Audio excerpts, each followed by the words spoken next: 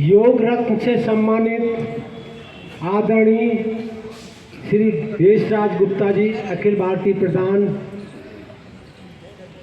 आपके बारे में क्या परिचय दें। आप सभी इतने परिचित हैं कि बच्चा बच्चा पश्चिमी उत्तर प्रदेश का तो आपका नाम से परिचित है। अभी 5 मई को इन्होंने मधुमेह का शिविर लगाया था, तब मेरा आगमन हुआ था। तो जिला प्रधान श्री नरेश कुमार शर्मा जी ने एक अनुरोध किया कि अखिल भारतीय के माध्यम से एक शिविर हमारा लगवा दो तो बड़ा आपका वो आभार रहेगा। मैंने कहा मैं कोशिश करता हूँ। तो मैंने आपसे संपर्क किया उसी दिन, जिस दिन शिविर था उसी दिन जाके संपर्क किया। तो उस समय व्यस्त थे, उन्होंने कहा मैं कल बताऊँगा। और आपने मतलब इतना शेड्यूल व्यवस्थित था, उसके बाद भी आज का दिन बहुमूल्य निकाल करके और हमारा निमंत्रण स्वीकार कर लिया। ये एक बहुत बड़ी बात है, क्योंकि आपको मालूम है कि पूरे भारतवर्ष को संचालन करना हम तो पश्चिमी उत्तर प्रदेश में बहुत कम बुला पाते हैं, लेकिन दूसरे प्रांत के इतने आपने देखे होंगे यूट्यूब के माध्यम से कि कितने शिविर आयोजन करते हैं। इस साल में एक एक प्रांत 8-8, 10-10 बार शिविर का आयोजन करता है। तो मैं पश्चिमी उत्तर प्रदेश के कई ज़िले आए हुए हैं, इसमें 3-4 ज़िले तो हैं ही, तो उनसे अनुरोध करूँगा कि वो भी इसी तरह से आयोजन करें। हम मेरठ से 150 लोगों को लेके आए, खतौली से 60-70 लोग आए हैं और बाकी स्थानीय लोग, क्योंकि आपका अनुरोध था कि मेरठ और खतौली ज़रूर आना चाहिए। तो मैं पूरा मेरठ खतौली, मैं उन सब का भी बहुत बहुत धन्यवाद, जो मेरठ खतौली से और जो भी यहाँ से अन्य जगह से आए उनका भी बहुत बहुत आभार प्रकट करता हूँ। अब मैं ज़्यादा न समय लेते हुए मैं अपने अखिल भारतीय प्रधान आदरणीय श्री देशराज जी से अनुरोध करूँगा कि आगे का मार्गदर्शन हमारे पश्चिमी उत्तर प्रदेश के अधिकारियों और साधकों को दें।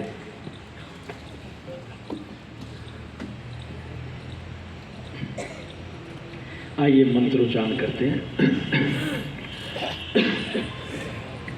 ओम सहना भवतु सहनो भुनक्तु सह वीर्यं करवावहै तेजस्विनावधीतमस्तु मा विद्विषावहै।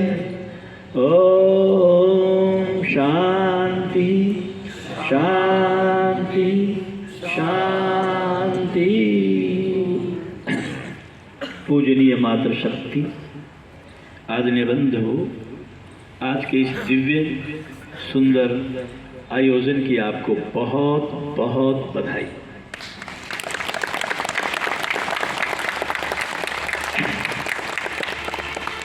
जब भी अपने परिवार से मिला जाता है तो कैसा लगता है?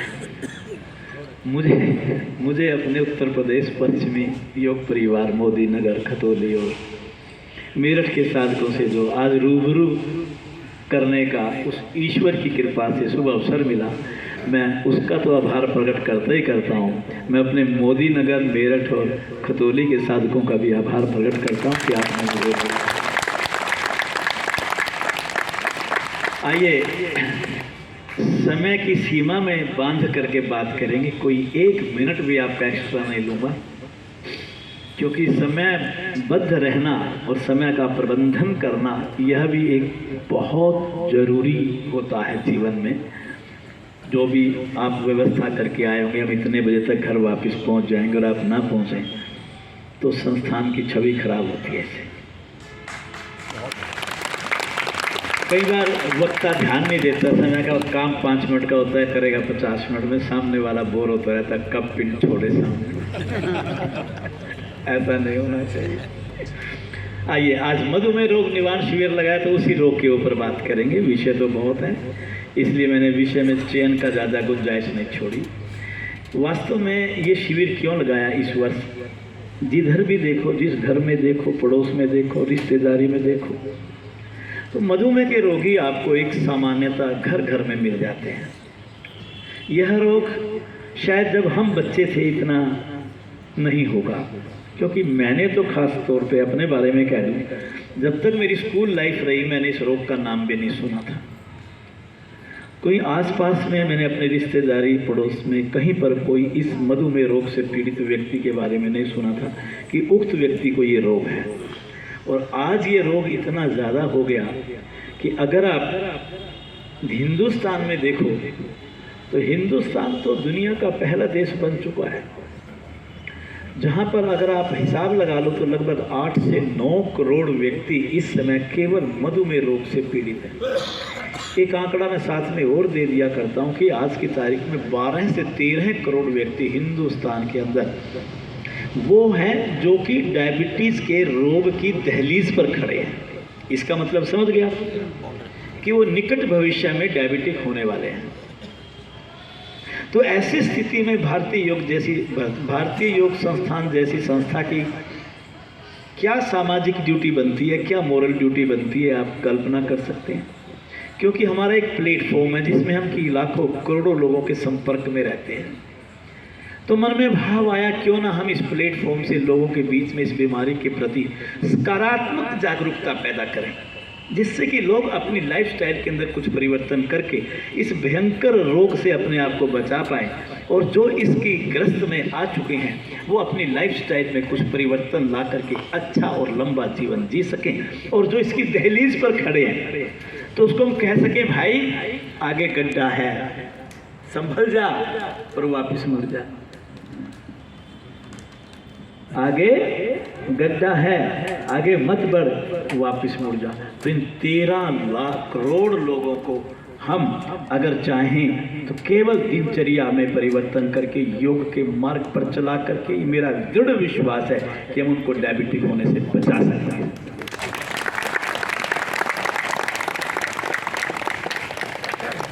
मैं एक बात जरूर कहा करता हूं कि जब भी वार्ता करो योग वार्ता को योग कीर्तन का नाम दे दो। किसका नाम दे दो? उतनी देर मस्त हो जाओ उसके अंदर, इतने मस्त हो जाओ कि जैसे कमज़ोर व्यक्ति जब जिसको अनीमिक पेशेंट या जिसको ज़्यादा लूज मोशन और उल्टियाँ लगती हैं तो डॉक्टर लोग जब खून की कमी हो जाती है तो खून की क्या करते हैं, बोतल चढ़ाते हैं। वो बोतल काम करे या ना करे, पर योग कीर्तन के अंदर जो रक्त की बोतल चढ़ती है ना वो काम करे। और इस धरती के ऊपर आप यकीन मानना, उस भगवान को साक्षी बना के कहूँगा, सकारात्मक ऊर्जा के अतिरिक्त कोई ऊर्जा नहीं जो मुझे जीवन जीना सिखा दे। और भारतीय योग संस्थान के पास इसके अलावा कुछ और है ही नहीं देने की, और कुछ है ही नहीं। ये शरीर स्वस्थ तब रहता है जब आपके शरीर की सारी प्रणालियाँ ठीक से काम करती हैं, जब आपके शरीर की त्रिधातु जिसको हम त्रिदोष कहते हैं, वात पित्त कफ और सातों धातु जिसको हम रस रक्त मांस मेद अस्थि मज्जा और वीर्य कहते हैं, हमारे शरीर के भीतर जितने विटामिन हैं, जितने मिनरल हैं, जिन चीज़ों की आपके शरीर को पोषण के लिए आवश्यकता है, अगर वो सब संतुलित मात्रा में रहे, सम अवस्था में रहे, जितनी शरीर को जरूरत है उतनी रहे, आपका पाचन और निष्कासन ठीक रहे, आपका शरीर में भोजन का शोषण ठीक हो, अवशोषण ठीक हो और आपका पोषण ठीक हो, तो आप कभी बीमार नहीं पड़ते, आप कभी बीमार नहीं पड़ते। अपने मन को ठीक रखो, इंद्रियों को नियंत्रित रखो, बुद्धि को आप तटस्थ कर लो, तो चित्त पर जमा संस्कारों को हटा दो तो आपका अंतःकरण भी शुद्ध हो जाएगा और आप आध्यात्मिक और सामाजिक और मानसिक स्वास्थ्य भी प्राप्त करोगे।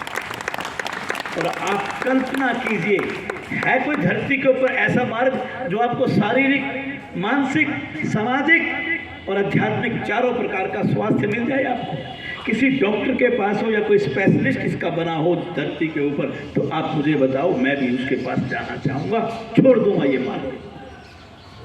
लेकिन आप यकीन मानिए, ये ताकत है इस भारत की संस्कृति की, ये ताकत है हमारे उन पूर्वजों की, ये ताकत है इस देश के ऋषियों की ही, ये ताकत है इस देश की सभ्यता की, जिसने हमारे को ये एक ऐसा अमूल्य खजाना दिया, योग रूपी खजाना, जिसमें जितनी लूट करना चाहो उतनी लूट कर लो, ये खजाना उतना बढ़ता जाता है। सारी दुनिया लूटने लग गई अब तो ये खत्म हो रहा है क्या? बोलिए। अब देखिए अगले महीने 21 जून को पूरी दुनिया करती दिखेगी टीवी के ऊपर। तो ये ताकत भारत की है जो पूरी दुनिया को कुछ दे सकता है, वरना सब आज की दुनिया में व्यापारी हैं, लेते पहले हैं। हर चीज की कीमत चाहिए हमें, हर चीज की कीमत चाहिए। योग की भी हम कीमत मानते हैं। देखते हैं हम समाज में, अपनी आंखें बंद कर लेते हैं, लेकिन हम किसी से बुरा नहीं मानते। अगर किसी ने पढ़ाई कर ली योग के अंदर अपनी जीविका कमाने के लिए तो कमाने दो, पर भारतीय योग संस्थान का तो संकल्प है क्या कि हम इस देश की संस्कृति को बिकने नहीं देंगे। हम इस देश की संस्कृति को बोलिए।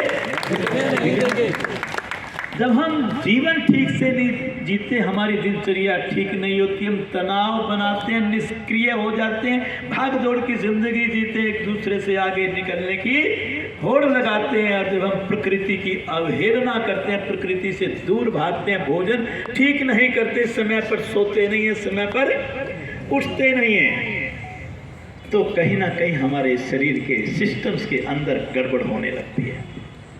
हमारे शरीर के अंदर इन धातुओं का संतुलन बिगड़ने लगता है। हमारे शरीर की जितनी भी प्रणालियां हैं उनकी सक्रियता का स्तर नीचे आने लगता है। और ये जो असंतुलन की स्थिति जीवन के अंदर पैदा होती है, तो आप साथ मानिए हमारे शरीर के अंदर रोग आने का सबसे मूल कारण ये है।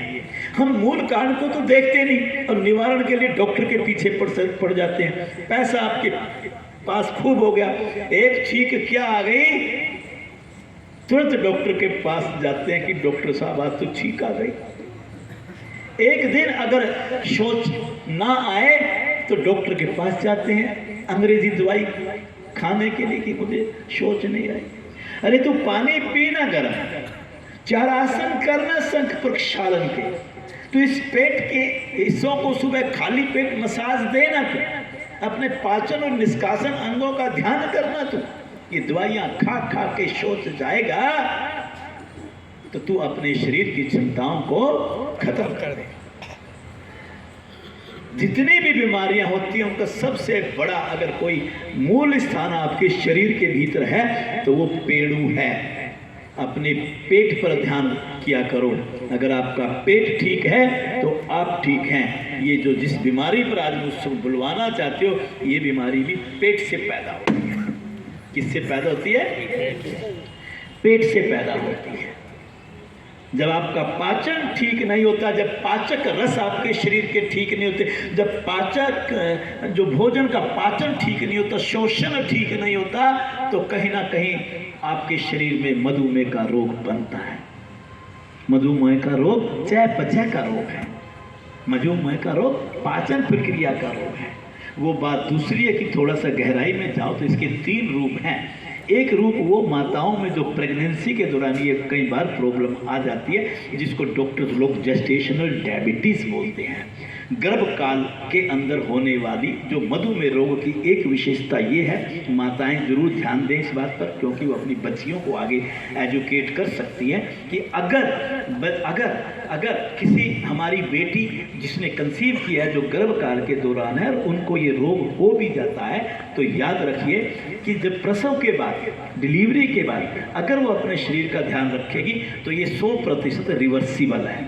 मतलब इसका इलाज स्वतः हो जाता है। आपको डॉक्टरों की छत्र छाया में फिर जाने की आवश्यकता नहीं पड़ेगी। हमेशा हमेशा दवाई नहीं खानी पड़ेगी।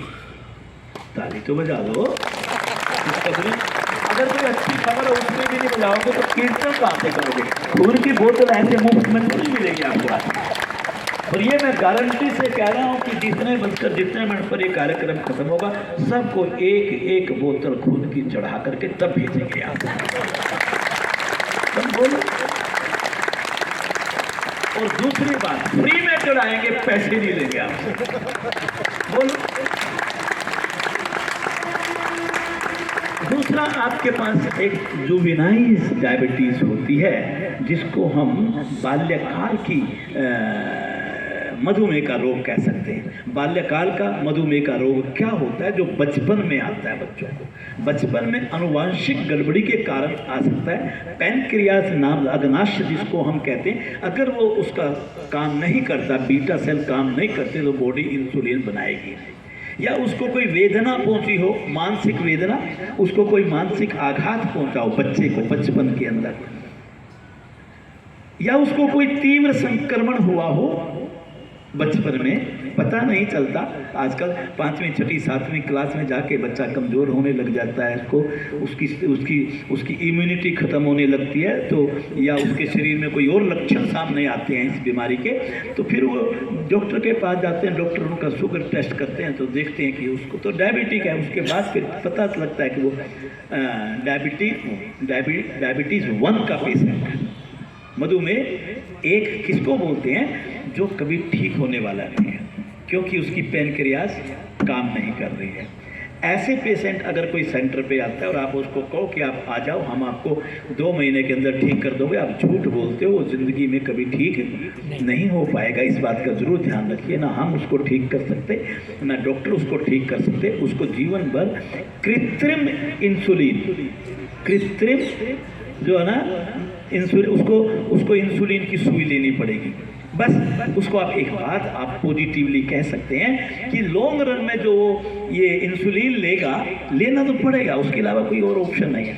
तो उसके जो साइड इफ़ेक्ट होंगे लॉन्ग रन में, या इस डायबिटीज़ के साइड इफ़ेक्ट होंगे, अगर वो योग की शरण में आएगा तो साइड इफ़ेक्ट से बच करके लंबा और स्वस्थ और पूरा जीवन जी सकता है। उसके बाद जो डायबिटीज़ 2 है, उसके पेशेंट ऐसे मिलते हैं बाज़ार में जैसे सब्जी मंडी में सब्जी मिलती है आजकल। ये जो 8 करोड़ और 13 करोड़ की बात कर रहा था ना, ये सब टाइप 2 के पेशेंट हैं, डायबिटीज़ टाइप 2 के पेशेंट्स हैं। और ये गलत लाइफस्टाइल का परिणाम है। जब हमारा भोजन ठीक नहीं होता,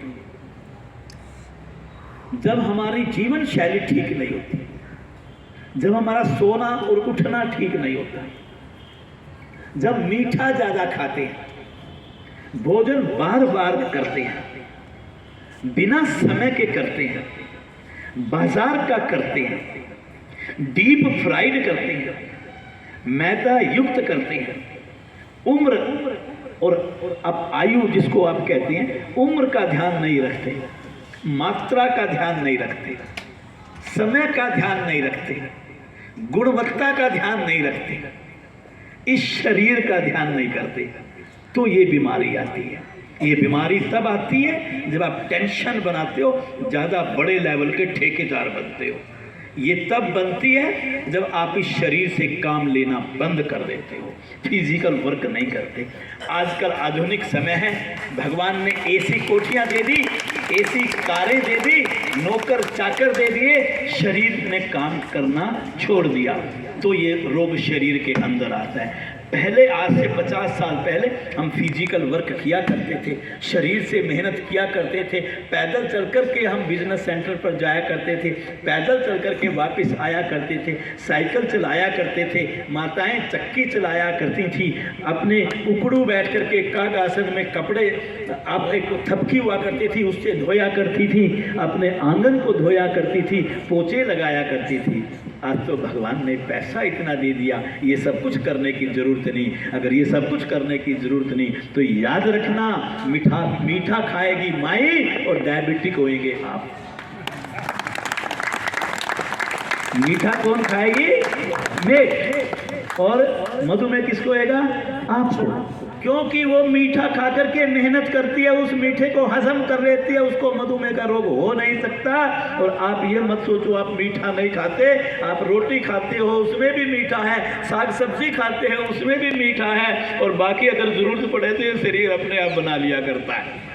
खाली बैठोगे तो मीठे की फैक्ट्री चलेगी और कुछ नहीं होगा, और फिर आप इसके रोगी बन जाओगे। तो ये लाइफस्टाइल का रोग है। कैसे बनता है हमारे शरीर के भीतर रोग, आज आपको डॉक्टर बनाएंगे। आज आपको यहाँ से डॉक्टर बना के भेजेंगे, आपको बात समझ में आएगी, फिर आप फैसला कर लेना। दो रास्ते होंगे, एक रास्ता योग का होगा, दूसरा रास्ता भोग का होगा। योगी बनना चाहोगे तो सुखी रहोगे, और भोगी बनना चाहोगे तो निर्णय आपका है, क्योंकि आपको भगवान ने बुद्धि देकर के धरती पर भेजा है। फैसला कर लेना। जो हम भोजन करते हैं, आप याद रखिए, जैसे पंखे को चलने के लिए बिजली चाहिए, कार को चलने के लिए पेट्रोल चाहिए, इस शरीर को चलाने के लिए भी ऊर्जा चाहिए। और इस शरीर को ऊर्जा किससे मिलती है? इस मीठे से ही मिलती है, इस कार्बोहाइड्रेट से मिलती है। आपके शरीर के भीतर मीठे को ऊर्जा में बदलता है शरीर। किस में बदलता है? और उस ऊर्जा से ही आप ऊर्जावान बनते हैं। उठना, चलना, फिरना, भागना, दौड़ना, खाना, पचाना, जितने भी काम आपके हैं, इन सब के लिए जितनी भी ऊर्जा चाहिए वो आपको कार्बोहाइड्रेट से मिलती है। कैसे मिलती है? जो आप खाना खाते हैं, खाना खाने के बाद आपका भोजन आपकी आंतों में जाता है। जब आपकी आंतों में जाता है, आपके पकवास्य वाले भाग में उसका शोषण होता है। उसका जो कार्बोहाइड्रेट वाला जो आपका चीनी वाला भाग है, जो मीठे वाला भाग है, वहाँ पर उस मीठे को शरीर ग्लूकोज में बदलता है। आपने कभी नोट किया हो, किसी को लो शुगर हो जाए, एकदम 50 रह जाए, मीठा नहीं लेना चाहिए, उसको ग्लूकोज देना चाहिए। अगर मीठा खिलाओगे, मीठे को ग्लूकोज में बदलने में आधा घंटा लग जाएगा। इतना राम नाम सत्य हो जाएगी। आपको ये भी नॉलेज की बात बतला दी बीच में। अगर घर में किसी को शुगर हो, उसका लो शुगर हो जाए, आप 200, 250 ग्राम, 300, 400, 500 ग्राम का एक पैकेट आता है ग्लूकोज का, केमिस्ट की दुकान से, वो घर में रखो। 4 चम्मच ग्लूकोज, उसी समय 1 कप पानी में भिगो और वाह। क्योंकि ग्लूकोज को ग्लूकोज में क्या बदलेगा शरीर? जैसे बॉडी में जाएगा, आते तुरंत चूसेगी, ब्लड के अंदर भेज देंगे, ब्लड के अंदर शुगर कम है, उसको शुगर तुरंत मिल जाएगी, उसकी जान बच जाएगी। बोलो भगवान जी की, इतना बोल दो ना, भगवान जी की। पर ये नॉलेज होना चाहिए, अवेयरनेस। आज सिर्फ जागरूकता अभियान ये तो समझ लो कि आज का ये कार्यक्रम, कईयों को पता ही नहीं होता इस चीज़ को, भागेंगे इधर उधर। कहते चाय बना दें पहले मीठी, अब चाय बनाने में तो 10 मिनट 15 मिनट, तो चाय बनाने में लगे 5-7 मिनट, उसको ठंडे होने में लगेगा। उसमें डाली तूने चीनी, मोदी नगर की मिल से तैयार हुई, अब उस चीनी को ग्लूकोज में बदलने में 15 मिनट वो शरीर ले लेगा। 15, 45 मिनट लगा। 45 मिनट में जो 60 में शुगर आई है, वो 40 पे आएगी। 40 पे आती आपके ब्रेन के अंदर जो है ना, ऑक्सीजन नहीं पहुंचेगी। ऑक्सीजन नहीं पहुंचेगी, पेशेंट कोमा में चला जाएगा। कोमा में चला जाएगा, तूने मार दिया उसको अपनी अज्ञानता के कारण। अब बीच में ना बोले तो ज़्यादा बढ़िया, सुन लो सर, सुन लो, बोलो मत ना। अब या तो आपका ज्ञान सुनो मैं, या आप मेरा ज्ञान ले लो। बोलो, मैं चुप हो जाता हूँ, आपका ज्ञान ले लेता हूँ। वक्ता का फ्लो टूट जाता है। आप सुनिए ना, आप श्रोता बन के आए कि वक्ता बन के आए। यही तो हमारी सबसे बड़ी विशेषता है, हमें सुनने की क्षमता भी होनी चाहिए। आज तो बढ़ा लो कम से कम। आज तो मैं भी आपके बीच में अपने गुब्बार निकालने के लिए आया हूँ। चलिए कोई बात नहीं, बीच में मजाक भी होता रहना चाहिए। मजाक में बात कह के आगे खिसक लो। चलिए, बात हो रही थी कि कैसे ये बीमारी शरीर में आती। वो मीठा जो है ना, ग्लूकोज में शरीर ने बदला, पोर्टल वेन से लीवर में गया, लीवर ने उसको ब्लड में भेज दिया। ब्लड के अंदर एक इंसुलिन नाम का हार्मोन होता है, वो हमारी पैनक्रियाज की बीटा कोशिकाओं के द्वारा बनता है। कब बनता है? जब आपके शरीर के अंदर बॉडी में इंसुलिन का लेवल 120 से ऊपर पहुंचता है या 120 के आसपास होता है, तो तुरंत आपकी पैनक्रियाज को खबर मिलती है, उसी समय सूचना मिल जाती है कि मेरे मालिक के शरीर में ब्लड का, शुगर का लेवल नीचे है, इसलिए आप वो बनाओ। क्या बनाओ? इंसुलिन बनाओ। इंसुलिन बनेगी और ब्लड के अंदर जो शुगर चल रही है, वो इंसुलिन उस शुगर को अपने साथ लेकर के और बॉडी की कोशिकाओं में, सेल्स के अंदर एंटर कर जाएगी वो। और ये इंसुलिन चाबी का काम भी करती है। आपकी इंसुलिन, आप ये मान के चलो, आपकी बॉडी की कोशिकाओं पर ताले लगे हुए हैं, और घर पे ताला लगा हो, चाबी जेब में ना हो, ताला खुलेगा क्या? इंसुलिन के बिना ये ताला खुल नहीं सकता। और जब तक ताला खुल नहीं सकता, ये मीठा आपकी बॉडी की सेल्स के अंदर, बोलो, घुस नहीं सकता। और जब तक वो उसमें घुसेगा नहीं, तब तक वो ऊर्जा में परिणित हो नहीं सकता। और जब तक ऊर्जा में परिणित नहीं हो सकता, तो आप ऊर्जावान नहीं बन सकते। डायबिटिक पेशेंट का ऊर्जा का लेवल बहुत नीचे रहता है, उसका कारण यही है। जब आपके शरीर में, जब आप काम नहीं करते, आप आसन नहीं करते, आप पैदल नहीं चलते, आप खाना ठीक नहीं खाते, आप टेंशन में रहते हैं, तो उससे क्या होता है? इन सब कारणों से, कारण कोई भी ले लो आप क्या जो जो जो जो जो आपकी जो पैनक्रियाज है, अग्नाशय है, उससे इंसुलिन की मात्रा कम बननी शुरू हो जाती है। कई बार बड़ी उम्र की भी होती है, 40-45 साल के बाद भी सिस्टम स्लो हो जाते हैं, तो पैनक्रियाज भी स्लो हो जाएगी, आपका ये इंसुलिन कम बनेगा। इंसुलिन जितना चाहिए बनना उतना बना नहीं, या उसकी क्वालिटी डाउन आ गई। क्वालिटी डाउन होगी तो कम काम करेगा अंदर। या एक कारण और होता है, जैसे मैं यहाँ पे आऊँ, आपको, हम तो आपको जानते नहीं, जाओ वापिस। घर पे अगर कोई गेट पे अनजान आदमी आ जाए तो आप उसको क्या कहोगे? वो पापा है अंदर? कहते नहीं है। आप गेट कई बार कुंडी में नहीं खोलते। दिल्ली में तो ये फैशन है, यहाँ तो मुझे मालूम नहीं, कुंडी में नहीं खोलते, बाहर से कह देते हैं नहीं जी घर में कोई है नहीं, बाद में आप। मतलब आपने सामने वाले को पहचानने से आपके शरीर के अंदर ये कोशिकाएं भी, जो कई बार इनके अंदर कोशिकाओं के अंदर कमी आ जाती, ये इंसुलिन को पहचानने से मना कर देती है। इसको बोलते हैं कोशिकाओं का इंसुलिन के प्रति असंवेदनशील हो जाना। क्या हो जाना? असंवेदनशील हो जाना। तो जब इंसुलिन को पहचान ही नहीं रही, इंसुलिन अंदर जा ही नहीं रहा है, तो मीठा अंदर जाएगा ही नहीं, तो फिर ऊर्जा में परिणत कैसे होगा? ये 3 सबसे बड़े कारण होते हैं जिसकी वजह से मीठा आपके शरीर की कोशिकाओं में नहीं घुस पाता।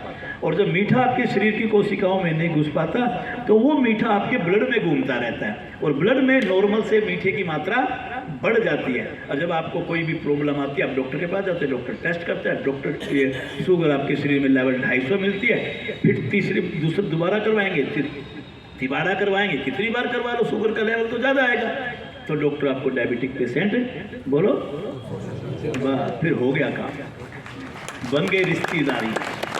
बोलो क्या बन गई?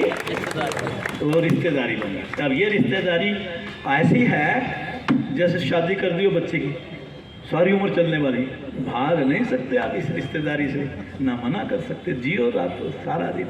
हाँ, रिश्तेदारी में भी मीठा खाते हो, यहाँ भी मीठा ही चलेगा, मन करता रहेगा। आपने देखो डायबिटिक पेशेंट सबसे पहले मीठे वाले काउंटर पे जाते हैं, क्योंकि उस टाइम परिवार वाले इधर उधर घूम रहे होते हैं। कहेंगे मैं तो वहाँ गया भी नहीं। ऐसा होता है कि नहीं? होता है। जब ये लगातार लंबे टाइम तक ये मीठा आपके शरीर के अंदर रहता है,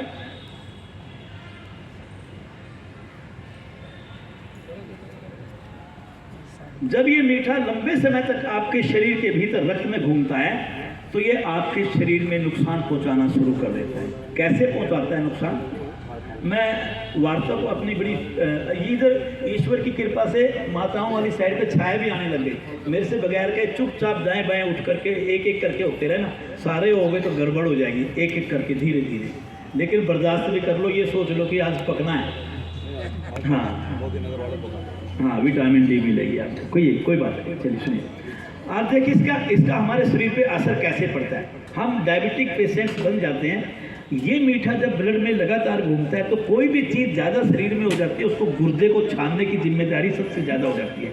चाहे कैल्शियम हो, चाहे पोटासियम हो, चाहे मीठा हो शरीर के अंदर, चाहे यूरिया हो, जब भी किसी चीज़ की ब्लड के अंदर एक्सेस क्वांटिटी हो जाती है, उसको छान करके गुर्दा क्या करता है, शरीर से पेशाब के बहाने बाहर निकालता है। तो ये मीठा भी जो एक्सेस शुगर है, ये कहाँ पहुँचती है? जाके गुर्दे के अंदर, और गुर्दा इसको छानना शुरू कर देगा।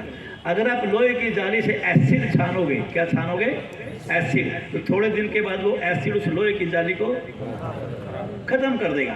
तो बिल्कुल आप ये समझ लो कि ये मीठा धीरे धीरे धीरे धीरे, जैसे जैसे जैसे आपकी छलनी के अंदर छेद होते हैं ना छोटे छोटे, ऐसे आपके गुर्दों के अंदर छन्ने होते हैं। क्या होते हैं? छन्ने, जो ब्लड को छानते हैं, और ब्लड को छान करके वो गंदगी को, दूषित पदार्थों को बाहर निकाल देते हैं, और जो चीज़ आपको चाहिए शरीर को उसको वापस कर देते हैं। तो ये मीठा जब बार बार छानते हैं, तो कभी देखिए शुगर पेशेंट्स के पेशाब में मीठे की मात्रा आएगी ज़्यादा, तो कुछ दिन के बाद वो छन्ने खराब होने लग जाते हैं।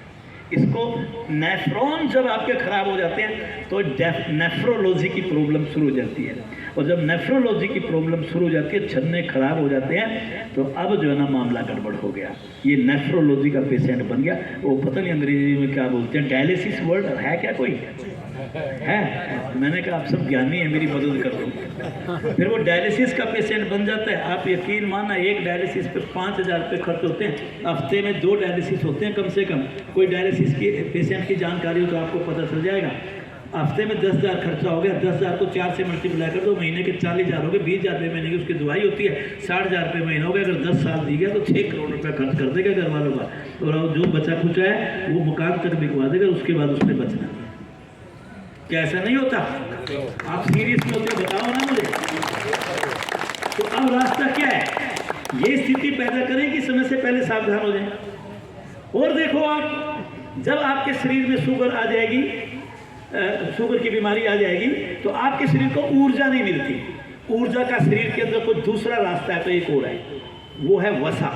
क्या है? वसा, फैट। तो बॉडी जो है ना फिर शरीर की चर्बी को खाने लगती है, चर्बी से भी वसा मिलती है बॉडी को। अब अगर चर्बी आप वसा अगर चर्बी से ऊर्जा निकालेगी शरीर, तो बॉडी का अपना सिस्टम है, लीवर ज़्यादा चर्बी बनाने लग जाता है। लीवर क्या करता है? तो लीवर फैटी हो जाएगा। लीवर फैटी हो जाएगा तो लीवर की फंक्शनिंग बिगड़ जाएगी, बॉडी के अंदर लीवर की बीमारी आ जाएगी। और यही नहीं, जब चर्बी ज़्यादा बनेगी तो कुछ चर्बी शरीर यूज करेगा और कुछ चर्बी शरीर में संचित होने लगेगी। संचित होने के लिए आपने अलग स्टोर तो बना नहीं रखा, कहाँ होएगी? वो आपकी रक्त नलिकाओं की अंदर की दीवारों पर होएगी, ब्लड वेसल जो है। अब ब्लड वेसल्स की अंदर की दीवारों पर अगर चर्बी इकट्ठी हो गई तो अंदर की जो दीवारें हैं वो मोटी हो जाएंगी, और रक्त के बहने का रास्ता बोलो, अगर रास्ता तंग हो गया तो वहां से ब्लड सही नहीं बहेगा, और सही नहीं बनेगा तो आप हाई बीपी के पेशेंट बन जाओगे। आप कभी भी देखिए, डायबिटिक पेशेंट्स के साथ साथ उसको ब्लड प्रेशर की बीमारी हो जाती है। अब ये चर्बी चिपकती जाकर के हार्ट की कॉर्नरी की वेसल्स के अंदर भी चिपकना शुरू हो जाती है। अब कॉर्नरी आर्टरीज के अंदर चिपकेगी, उन धमनियों के अंदर चिपकेगी, तो कल को हार्ट को जो है ना ऑक्सीजनेटेड ब्लड नहीं मिलेगा, उसकी रख रखाव ठीक नहीं होगा, उसका पोषण ठीक नहीं होगा, तो एक क्या बन गया? हार्ट पेशेंट बन गया। और सुनिए कि चर्बी के जो टुकड़े हैं आपके अंदर की दीवारों पर जो जम गए, तो कई बार बहते हुए रक्त पे जब प्रेशर ज़्यादा बनता है तो चर्बी के टुकड़े वहाँ से उखड़ करके छोटे छोटे टुकड़े और ब्लड में बहने लग जाते हैं। क्या होते हैं? ब्लड में जब बहने लगेंगे और जाकर के कहीं हार्ट की आर्टरी में जाकर के उसने रास्ता रोक दिया तो हार्ट अटैक आ जाएगा। हार्ट अटैक हो जाएगा, अगर समय पर अगर उसको उपचार नहीं मिला तो राम नाम सत्य है हो जाएगा। और उसके बाद अगर यही टुकड़ा कहीं ब्रेन में पहुंच गया और ब्रेन में जाकर के किसी एक कैपिलरी में फंस गया, तो दाईं तरफ फंसेगा तो बायां हिस्सा, और बाईं तरफ फंसेगा तो दायां हिस्सा लटक जाएगा, और लटकते आप किसके पेशेंट बन गए? अब यही मीठा ब्लड के अंदर बहता बहता पैरों की छोटी नसों को सबसे पहले लेकर के बैठता है, और पैरों की छोटी नसों को लेकर के बैठेगा तो आपके वहाँ का नर्वस सिस्टम डैमेज होने लग जाएगा, वहाँ पर संदेशों का आवागमन जाना शुरू, रक्त नलिकाएं डैमेज हो जाएगी, ब्लड का सर्कुलेशन बंद हो जाएगा, अंग सूखने लग जाएंगे, डॉक्टर उन अंगों को काटना शुरू कर देगा, और जब काटेगा तो गैंग्रीन की बीमारी आ जाएगी। आपने जरूर सुना होगा, वो बीमारी भी मधुमेह से पैदा होती है। आप कहाँ जाओगे? अगर ये आंखों की हमारे नर्वस सिस्टम और ब्लड वेसल्स को लेकर के बैठ जाए तो वो अंधा बना देती है बीमारी, जिसको डायबिटिक रेटिनोपैथी की प्रॉब्लम बोलते हैं डॉक्टर लोग। आपने सुना होगा जरूर ये बात।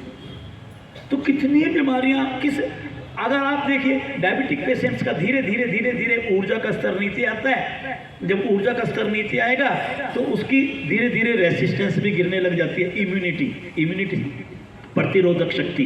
तो उससे क्या होगा, कभी छोटा सा बैक्टीरिया के संपर्क में आ गया, विषाणु कीटाणु के संपर्क में आ गया, मौसम बदला, सबसे पहले शरीर वो सबसे पहले बीमार होगा। जिसकी इम्यूनिटी कमज़ोर होती है उसको बीमार होने में टाइम नहीं लगता और ठीक होने में टाइम डबल लगता है। आप देखिए, अगर आपके शरीर में कोई फोड़ा फुंसी हो गया और ये मीठा ब्लड में घूम रहा है, तो जहाँ मीठा पहुँचेगा वहाँ फोड़े फुंसी को ठीक होने में टाइम इतना लग जाएगा। कई बार तो इतना घाव हो जाता है कि घर वाले भी परेशान, डॉक्टर भी परेशान और पेशेंट भी परेशान। बोलिए, ऐसा होता है कि नहीं होता है? आइए, समय बता देना मुझे, जितने बजे कहोगे उतने बजे राम राम कर दूंगा मैं, मुझे कोई फर्क नहीं पड़ता, मेरी आदत है, क्योंकि सारा रोज ही तो बोलता हूँ। कोई ये तो है नहीं कि आज बोलने से कोई मुझे को कोई खास खिताब मिलेगा, लेकिन हाँ एक खिताब जरूर मिलेगा कि मेरा ये योग परिवार अगर यहाँ से परिचित होकर के आज के बाद योग के मार्ग पर पक्का मजबूत होकर के नियमित 365 के 365 दिन साधना करनी, ये कसम खा के जाएगा तो मेरे को खिताब मिलेगा। आप सब मानो, मैंने आपको 6 बजे का टाइम दिया था, मैंने घड़ी में चेक किया 5:58 पे मैं आपके गेट पर था, तो कितने बजे मैं घर से चला आऊँगा?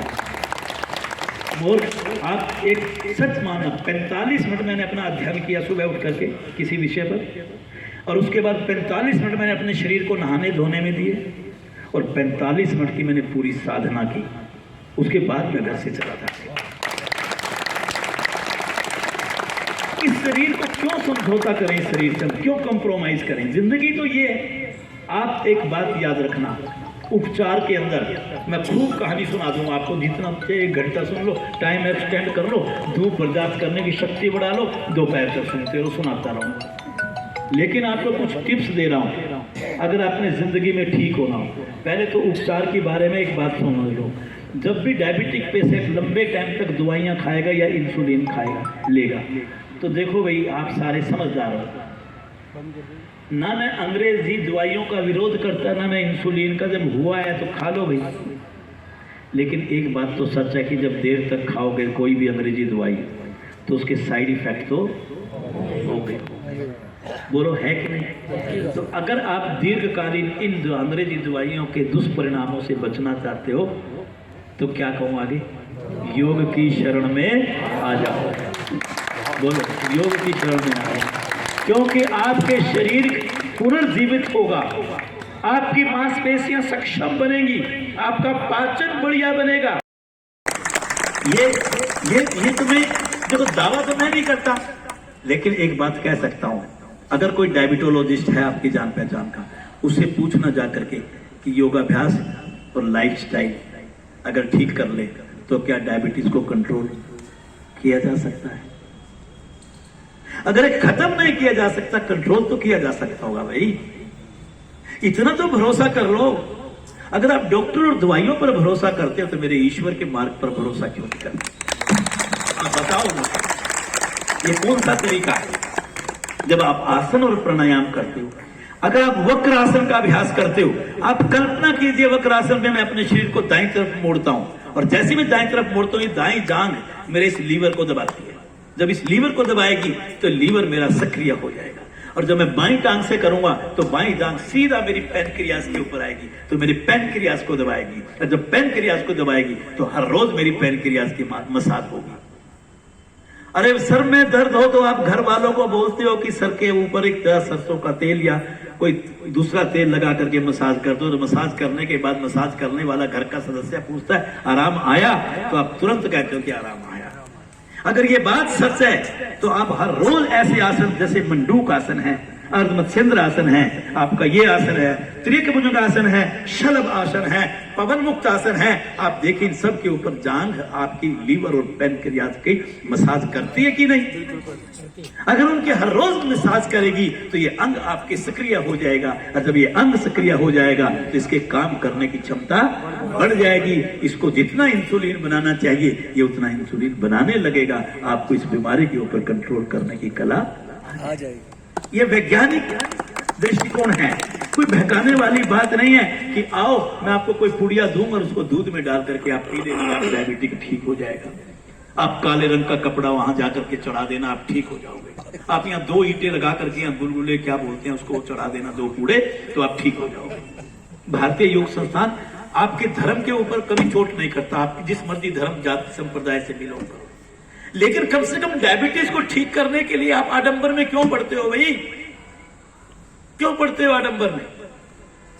दवाइयां कितना नियंत्रित कर रही हैं, मैं उसका डॉक्टर नहीं हूं, मैं उसके ऊपर कैसे आपको अपने विचार विमर्श कर सकता हूं, लेकिन एक बात दावे से कह सकता हूं कि प्रतिदिन योग करने वाले को डायबिटीज आसानी से घेर नहीं सकती। और अगर किसी को डायबिटीज प्री डायबिटिक कोई हो गया, अगर कोई प्री डायबिटिक हो गया और नियमित रूप से अगर वो जीवन शैली को ठीक कर ले, अगर वो भोजन को ठीक कर ले, अगर वो हर रोज 1 घंटा योगा करे, अगर वो हर रोज सुबह से आप कम से कम 5000 से 6000 स्टेप भी चले, कोई बुराई नहीं है, पैदल चलो। सैर करने वालों को हम क्यों बुरा कहें, बहुत अच्छा करते हैं वो भी। डायबिटिक पेशेंट्स को शाम का भोजन करने के 20 मिनट बाद आधा घंटे की वॉक करनी चाहिए। उससे वो जो दवाई खाता है, दवाई भी तभी असर करेगी। अच्छा, एक बात, आज मेरी एक बात, जो भी डायबिटिक पेशेंट है वो इंसुलिन लेता है, आप उनसे पूछना कि इंसुलिन के 2 तरीके, अगर इंसुलिन लेकर के आप चारपाई पे पड़े हो, क्या इंसुलिन काम करेगा? नहीं करेगा। आप एक बात याद रखो, नंबर 1 पानी। पूछो अपने आप से दिन में कितने गिलास पीते हो? कितनी गर्मी है इस टाइम, अगर आप 1 गिलास पानी जमीन पे डाल दो, 5 मिनट के बाद जमीन पर पानी नजर नहीं आएगा। तो आपका शरीर भी तो इसी वातावरण में रह रहा है भाई। आप इसको पानी खूब पिलाओ, पानी इसको, वाटर मोर फूड लेस। क्या कहा? पानी ज्यादा, खाना सुपाच्य, सात्विक भोजन, घर की रसोई का बना हुआ भोजन, समय पर। ज्यादा खा करके आप फौज में भर्ती नहीं हो जाओगे। 2 चपाती की जरूरत है शरीर को, तो 1 खाओ, 3 मत खाओ। शादियों का खाना परहेज में कर दो, 25 आइटम मत उड़े लो उसके। जैसा घर में हर रोज खाते हो, शादी में भी साधारण आइटम होती हैं। वो यंग बच्चों के लिए भले ठीक हो, जिन चीजों के पीछे आप पड़े रहते हो, अपने आप को संभाल लो। कम खाओ, पानी ज्यादा पियो, ताजे फल सब्जियों, उबली हुई सब्जियों, अंकुरित अनाज, मल्टीग्रेन आटा, इसको अपने भोजन का हिस्सा बना लो। अगर डायबिटीज है तो आधा चम्मच, पौना चम्मच आप मेथी दाना रात को भिगो दो, सुबह उसको खाओ। 1 करेला, अगर आप 1 टमाटर, 1 खीरे का ग्राइंड करके 1 कप जूस बना के हर रोज पी लो, तो इसका बहुत फायदा होगा। बेजल के पत्ते सुने होंगे आपने, बेजल आपका, और तुलसी, और करी पत्ता, एलोवीरा, एलोवीरा जिसको आप बोलते हो, और एक ये जो बुखार में हम जिसका गिलोय, आप इनका जूस बना के 1 गिलास पानी में ला करके 1 गिलास बना लो, सुबह खाली पेट पियो। करी के कम से कम भी 60, 70, 100 पत्ते मिलाओ उसके अंदर, खूब आपका बढ़िया पानी बन जाएगा। 1 कप पानी डाल करके ग्राइंड कर लो और उसमें फिर आधा गिलास पानी मिला दो, उसको पियो। आप छोटी छोटी नेचुरोपैथी भी अपनाओ। शाम को खाना खा लिया, 20 मिनट के बाद आधा घंटा वॉक करके आओ।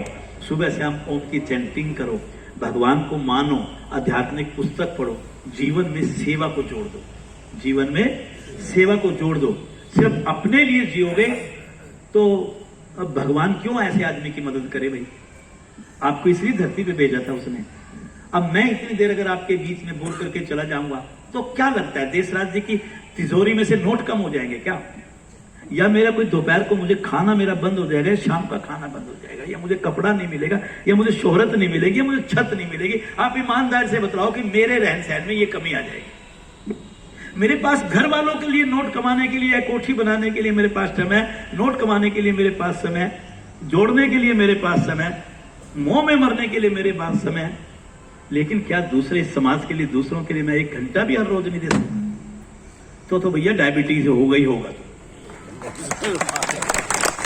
दूसरों के लिए जीना, आप सच मानो, जब आप दूसरों के लिए जीते हो ना, ऐसे व्यक्ति को नींद बहुत बढ़िया आती है। रात को 8:30 बजे सो, 8:32 वो अपनी दुनिया में होता है, और जितने मिनट पे उठना चाहता है, भगवान उसको उतने बजे आशीर्वाद दे करके ऊर्जावान बना करके उठा देता। आप करके देखो ये जिंदगी, जो व्यक्ति दूसरों के लिए जिया करते हैं, भगवान उनके लिए जिया करते हैं।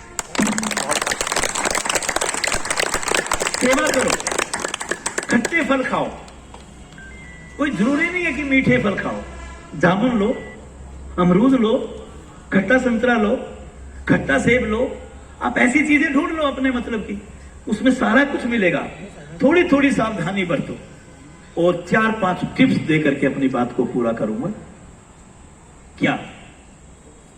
सबसे पहले मैंने क्या कहा था, बोलो, पानी ज्यादा, खाना कम, भोजन कम, कम मात्रा में लो, क्रोध कम करो, ऊंचा करो, ऊंचा बोलो, क्रोध मत करो, अहंकार में मत जियो, अहंकार में मत जियो, शरीर से काम लो, निठल्ला मत बनाओ, निष्क्रिय मत बनाओ। अगर आपको कहीं 200, 300, 400 गज की दूरी पर, आजकल देखो स्कूटी आ गई, स्कूटी बैटरी वाली, क्योंकि पेट्रोल भी लगता, उस पे बैठ के जाएंगे 300 मीटर। आप ये मान करके चलो कि आप 300 मीटर अगर चल के आए तो 300 कदम आपके चल पड़े। आप 300 मीटर, 500 मीटर अगर आप जाते हो तो 500 मीटर का मतलब 750 मीटर का मतलब 1 किलोमीटर में आपके लगभग 1500 स्टेप बनते हैं, मुझे इतना पता है। 15 मिनट पैदल हुआ, ये आपको कम से कम 45 मिनट डेली पैदल चलना है। इन आसनों के अलावा पूछा करो अपने आप से कम चलना है, 5-6 हजार स्टेप जो हर रोज चलेगा। शरीर से फिजिकल वर्क खुद किया करो। प्यास लग जाए ना, घर में वो छोटे छोटे पोते धोते घूमते रहते हैं, टीटू बेटा एक पिला ना दादी को 1 गिलास पानी, क्यों तेरे घुटनों में दर्द हो रहा है, जाके उठ के ले, अपने आप पानी लेकर के पिया करो। प्लेट झूठी स्वयं रख करके आप इससे आप चलिए। आप घर के अंदर, आजकल इतना पैसा आ गया, हर घर में लिफ्ट लग गई। मेरे अधिकारी मेरे दाएं बाएं बैठे हैं, कितने सालों से जानते हो ये। आपने देखो दिल्ली योगाश्रम में लिफ्ट लगी है 5 मंजिल भवन में, पर इन्होंने कभी आज तक मेरे को किसी भी लिफ्ट में चढ़ते हुए और उतरते हुए नहीं देखा। मैंने संकल्प लिया है कि मुझे 4थी मंजिल पे जाना होता है, मुझे 3री मंजिल पे जाऊंगा तो सीढ़ी से जाऊंगा। अरे मेरे भगवान ने मुझे इस बहाने से कम 50-40 सीढ़ी चढ़ने का मौका दे दिया, इसको खोने लग रहा है, घुटने तो अपने आप ही खराब करने का मैं ही मौका दे रहा हूं अपने आप को, चलो तो सही। अरे एक बात याद रखो, जिस गेट को आप हर रोज, अगर गेट के 2 हिस्से मान लो, मैडम ये अग्निसार बाद में कर लेना, मैं भी कर लूंगा बाद में, हाँ मैं उसी को देखता रहा, गलत कर रही थी ना इसलिए कहा मैंने, वैसे नहीं। गेट के 2 भाग होते हैं आपके, बड़ा गेट जो कोठी का होता है, कोठी वाले ज्यादा बैठे हुए यहाँ, क्योंकि डायबिटीज तो उन्हीं को होती है, दूसरों को तो होती है। कोठी के गेट 2 तरह के 2 होते हैं, एक आधा तो, आधे पे तो परमानेंट कुंडी लगा देती है, चटकनी लगा देते हैं, आधा खोलते रहते हैं। आज घर जाके सब अपने गेट को चेक कर लेना, जिसको आप हर रोज खुला रखते हो ना, वो तो बड़े प्यार से मूव होएगा आगे पीछे, और जिसमें चटकनी लगी हुई ना, आज वो चटकनी खोल करके उस गेट को चला करके देखना वो कैसा खुलता है। बस यही हाल है इस शरीर का, जो 1 घंटा हर रोज हमारे इन केंद्रों पर आकर के इसको चला लेगा, इनके जोड़ों को, तो ये जोड़ भी चलेंगे और पैंक्रियाज भी चलेगी और आपका शरीर स्वस्थ रहेगा। और अगर आपने लगा दी चटकनी, मतलब यहां नहीं आएंगे, घर पे रहेंगे, वो वाली चटकनी, तो भैया सब कुछ जाम होएगा। तैयार रहो। अगर उम्र भगवान ने 90 साल की बना करके, उम्र तो भगवान तय करता ही नहीं, भगवान उम्र तय नहीं करता, भगवान स्वास्थ्य तय करता है। तो भैया तेरे तो 70 साल में जल्दी जल्दी चल के स्वास्थ्य तैयार हो जाएंगे, 68, 67, 70 साल में पोता पोती हो ही लेते हैं, फिर बड़े कहेंगे पड़ोसी, चलो कोई बात नहीं, पोता तो हो ही गया था, काम तो सारे निबट गए। क्या जिंदगी जी रहे हो भाई? अरे 70 साल तक तो उन्हीं के काम निपटाए, 60 साल तक तो जिंदगी जीने का ही मजा सीनियर बनने के बाद है, उसके बाद आपके ऊपर कोई जिम्मेदारी नहीं है। जियो ना 20, 25, 30, 40 साल, और उस जिंदगी को ऐसा जियो, न कमाने की चिंता, न तिजोरी की चिंता, न घर की चिंता, न परिवार की चिंता, उस भगवान का काम करो। 20 साल ज्यादा काम करके जाओगे ना, आपको एक खास बात बता दूं, किसी और को मत बताना, ऊपर लंबी लाइन लगी रहती है, आपकी VIP ट्रीटमेंट होगी आपकी। और भारतीय योग संस्थान अपने सभी साधकों को VIP फॉर्म में ऊपर भेजना चाहता है, भेजना तो जरूर जाएगा, जाना तो सबको ही है। भगवान कृष्ण और भगवान राम जिसने इस शरीर की देह को धारण कर लिया, उनको भी देह छोड़नी पड़ी, हमें भी छोड़नी है, हंसते हंसते छोड़ेंगे, निरोगी काया लेके जाएंगे और उस भगवान को कहेंगे, देख प्रभु तूने जैसा दिया था वैसा भी उतार है कि नहीं? स्वस्थ रहो, व्यस्त रहो, मस्त रहो, खाना ठीक करो, लाइफस्टाइल ठीक करो, दूसरों के लिए जियो, सुबह उठ करके 1 घंटा योग करो। आप सच मानो, दुनिया की कोई ताकत नहीं जो बीमारी को आपके शरीर में घुसा दे। आपको डॉक्टर और दवाइयों के चक्कर में पड़ने की जरूरत नहीं। ओम शांति शांति शांति। धूप की वजह से मैं अपनी वाणी को विराम दे रहा हूं, वरना तो मेरा भी आज मन था गुबार पूरे निकले नहीं, दोबारा आना पड़ेगा। मधुमेह के विषय में दी आपने। आपके पास इतना खजाना है कि हमारे पास समय की कमी रह जाती है। मैं किन शब्दों में आपका आभार प्रकट करूं कि हमें समय समय पर हमारे योग परिवार को मार्गदर्शन देते रहते हैं और यही हमारी जीवन जीने की कला है। मैं आपका बहुत बहुत अपने पश्चिमी उत्तर प्रदेश की ओर से आभार प्रकट करता हूँ, साधुवाद प्रकट करता हूँ। बहुत बहुत धन्यवाद। आप सभी का बहुत बहुत धन्यवाद।